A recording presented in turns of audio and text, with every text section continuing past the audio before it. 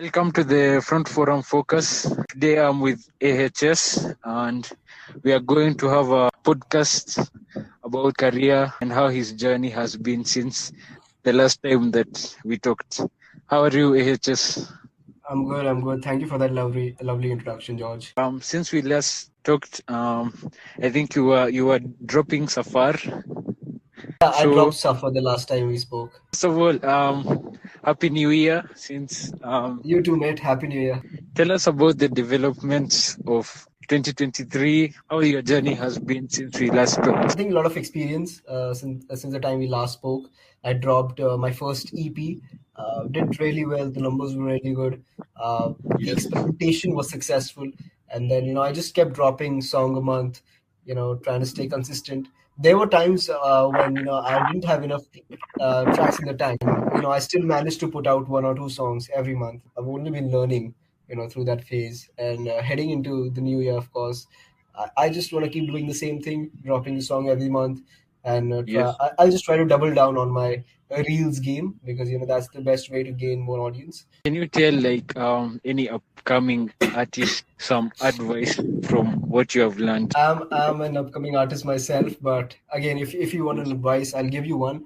I think that is to stay consistent because I mean, when I started out, I knew a couple of guys from my school, who were also really inspired and wanted to make this their living. I Yes. think the only area where they kind of lost to me was consistency because I mean, Yes. right now they aren't dropping many. Honestly, I'm a fan. I'm a fan of my friends. They make absolutely wonderful music, and they started out before me, but they Yes. kind of stop being consistent. And again, I just want to hear their music again. I keep checking their Instagram, like if they have a new song coming out. Yeah, I think Yes.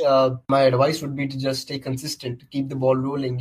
Whatever metric you set for yourself, keep dropping songs according to that metric. If it's let's say a song every week, song every month, keep doing that.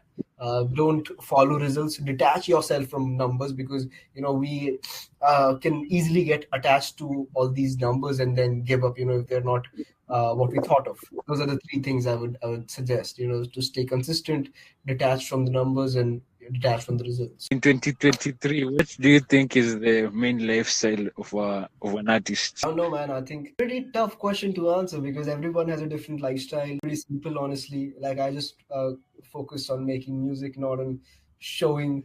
I don't dress according to the hip hop culture that the society has set. I dress very Yeah. normal. I just focus on making more songs. So that's my lifestyle. If you want an insight. See, is something that the fans should expect.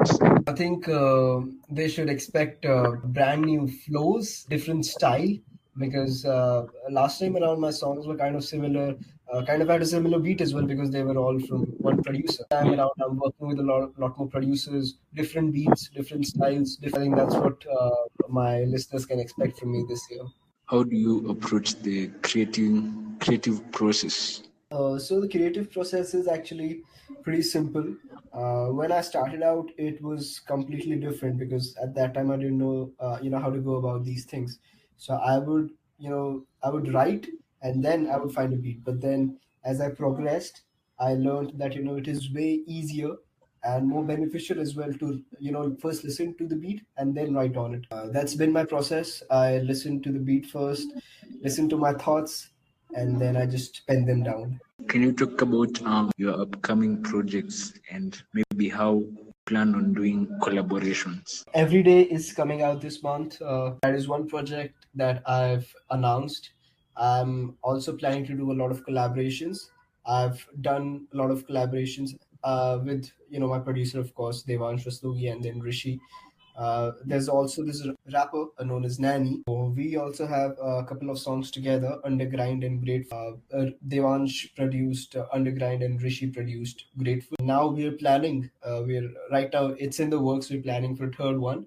So we'll see. How that goes. How do you handle criticism and negative feedback on your music? All right. So there are two ways to look at it.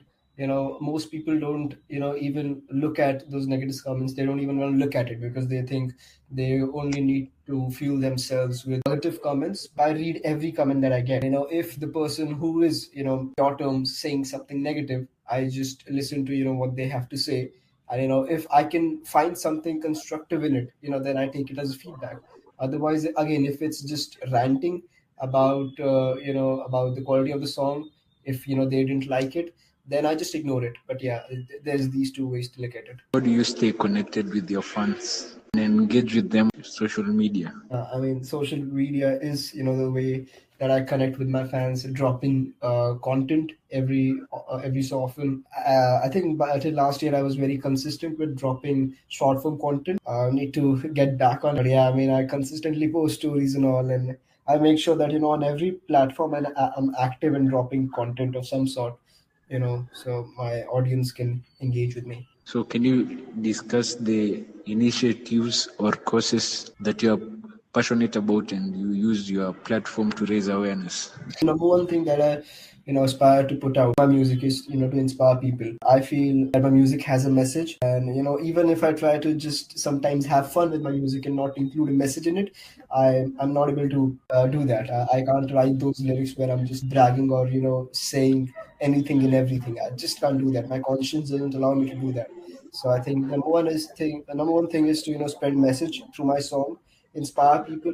And again, a lot of us go through tough times. So I just hope that my music serves as a friend. People who are going through those tough times. That they listen to my music and they relate to it, and they don't feel alone. I think that's what I aspire to do. Who has been your inspiration and who have you been listening to the most? Okay, very nice question, I must say.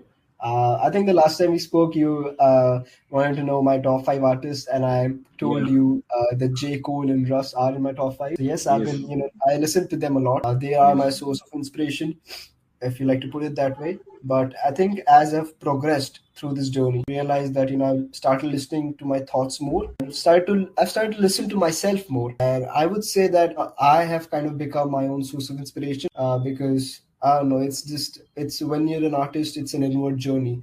You're finding yourself along the way. And I think yeah, that's something I'm experiencing right now in this journey. So, can you talk about memorable experiences that you have had when? Oh, in my journey, I think making and putting out music is, I think, number one source of joy for me.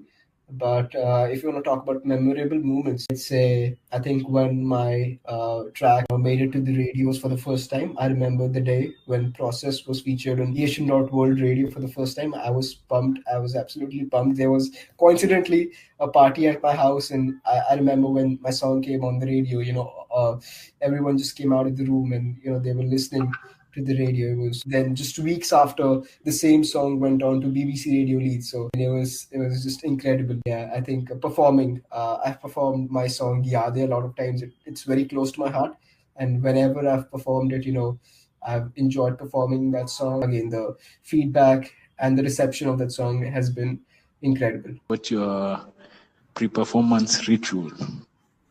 Okay, so sometimes when I have to perform multiple songs, I just go through my set, I go through the order, and I do a trial run, in front of the camera. Like I open the camera app, and if it's going to be an online performance, but if it's a physical performance, then I just mentally prepare myself. I go through the sets. If I'm ever forgetting the lyrics, I just go through the lyrics again. Try to perform the song with no beat, just me rapping, and yeah, just calming myself. I think listening to my favorite song is just calming myself. What are your future plans and goals for your career? I think I cannot. I think one thing that I've learned is that I cannot, attach a number to my goal or my plans, because I've tried that. It doesn't work that way. Sometimes you expect that you would, achieve a certain number by the end of a month or by the end of a year, but that doesn't happen. But again, sometimes you don't think that way, and it happens. I think the number one thing that I've learned heading into 2023 is to not attach any number to my goal. My motive is to just keep putting out music consistently. Then I think the results will take care of itself. My focus is now completely shifted towards the process rather than the results. I think I've also a song named Process, which speaks about that. But again, as individuals, as humans, we tend to go for the results. So I think, yeah, that's something I've learned, to not focus on the results too much, to just shift my focus to the process, try to keep getting better each day, try to focus on the small things that that will build me as an individual. And yeah, again, the results will just follow. How do you support upcoming artists? Oh yeah, Any project nice you can question use? again. Number one way to support upcoming artists. Again, I'm an upcoming artist myself, so the way I support my peers is by sharing their music. I think that's what an artist wants when they're putting out music. That everyone shares their music. And most importantly, listen to their music, because what most people do, that they don't, just they don't go through the song. They just press the share button. So I think my way to support my peers would be to listen to their music, provide them and honest and valuable feedback, and then if I like the music, I would share it to my social media platforms. How do you balance your personal life with your career? That's something I'm learning along the way, because as I progress through my academic career, there are certain things that I won't see coming do hit me. I have to be prepared for everything. I may have to cut down on certain things so that I'm able to balance music and studies together. Yeah, it's you got to make some sacrifices. You got to give up something that you do for your own pleasure, such as I don't know, scrolling through the phone now and then whenever you get free time. Yeah, that's something I'm learning along the way. How you handle the business side of your music career? So how do you Oh, do things such as Oh man, marketing? I'm glad that someone finally asked me this question. It's really hard, to be honest, because there are so many aspects to it. Because as a musician, what I need to just focus on is on making music. But when again, in this day and age, business is part of the music. You can't just deny it. You can't just agree to not be a part of it. It takes a toll on me, I think, more than my music making process. The business side of it takes a toll on me, because you know you have to be posting things consistently on Instagram or YouTube, for the algorithm to work for you, to I think on YouTube as well, to manage all the ad revenue and stuff. It takes a toll on me, because you have to get everything right, and every now and then you gotta update some things, and yeah, it's tiring. Do you discuss any misconceptions that you have faced as an artist?